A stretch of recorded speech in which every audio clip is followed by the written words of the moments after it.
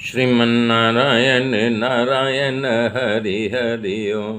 श्रीमन्नारायण नारायण हरि हरि ओम। श्रीमन्नारायण नारायण हरि हरि ओम। श्रीमन्नारायण नारायण हरि हरि ओम। तो कल मैंने बताया था प्रभु श्री राम जी खुद कह रहे हैं, मम गुण गावत ओ पुलक शरीरा, गद गद गिरा नयन बहनीरा। मेरा गुणगान गाते गाते शरीर पुलकित हो जाए, रोमांच हो जाए, और प्रभु का नाम लेते लेते वाणी गदगद हो जाए, आँख से आंसू निकलने लगे, तो समझना कि हमारे भक्ति का उसके अंदर संचार हुआ है।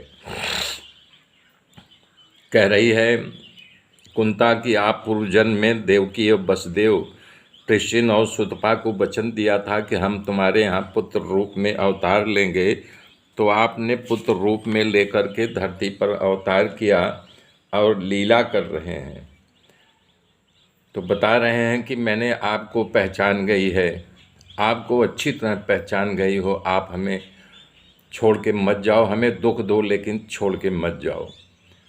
तो भगवान उसकी बात मान करके कुंता फुआ के वापस आते हैं, तो सारे पांडव खुश हो जाते हैं, दौड़ते हैं माला फूल लेकर के स्वागत करने।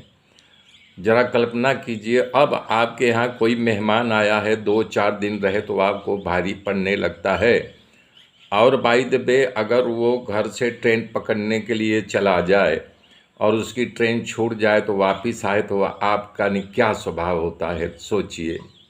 आपके मन में ज़रूर आती है ना कि अरे राम राम, 4 दिन से यहीं पड़ा था, फिर बहाना बना करके वापस आ गया। तो ऐसे थे उस समय के लोग, प्रेम भावना भरा रहता था, आदर सत्कार था लोगों के प्रति। तब सारे लोग खुश हो गए कि भगवान हमारे लिए आए, हमारे लिए आए। तो भगवान ने कहा मैं किसी के लिए नहीं आया हूँ, सब लोग चलिए, मैं पितामह के लिए आया हूँ। इस समय वो मृत्यु शैया पर पड़े हुए हैं और उनको चलो दर्शन के लिए सब लोग चलते हैं।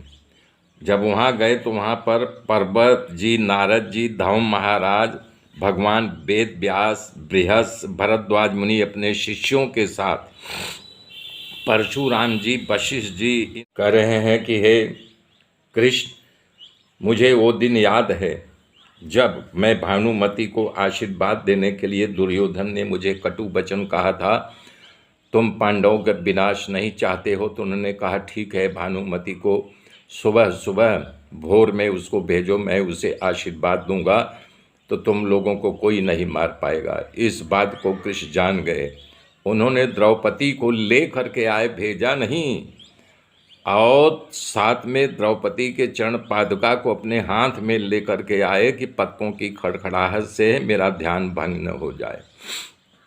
और द्रौपदी आकर के मेरा चरण स्पर्श किया, मैंने उसके बोला सौभाग्यवती भव। जब किया, जब मेरा हाथ उसके सर पे गया तो मेरी आँख खुली, देख रहा हूँ सामने द्रौपदी खड़ी हुई। मैं बोला अरे बेटा तुम यहाँ कैसे आई?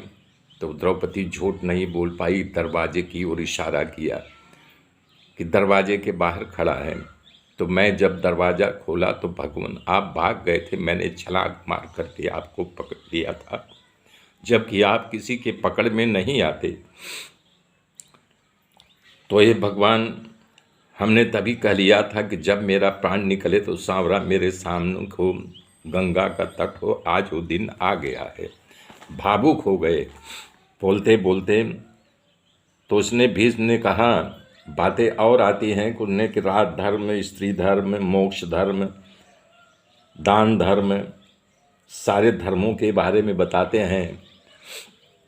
तो वहाँ कृष्ण भगवान और द्रौपदी प्रश्न पूछते हैं, आप सारे धर्मों के बारे में बता रहे हैं, तो आपको उस समय ये धर्म कहाँ जब मेरी लाज लूटी जा रही थी?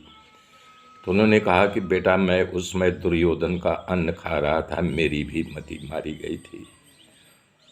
तब भीष्म जी भगवान कृष्ण की प्रार्थना करते हुए कह रहे हैं, मेरी तृष्णा रहित बुद्धि जो कभी किसी कामनाओं का स्पर्श नहीं किया हो, अनेक साधनों भजन से जो शुद्ध हो गई है, भगवान के चरणों में मैं उसे समर्पित कर रहा हूँ।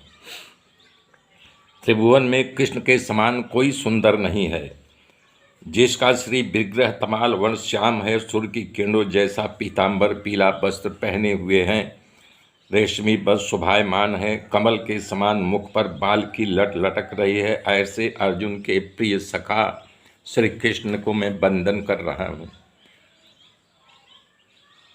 मेरे मित्रों, मेरे साथ जुड़े रहिए। आगे की गाथा फिर कल बोलूँगा। तब तक के लिए जय।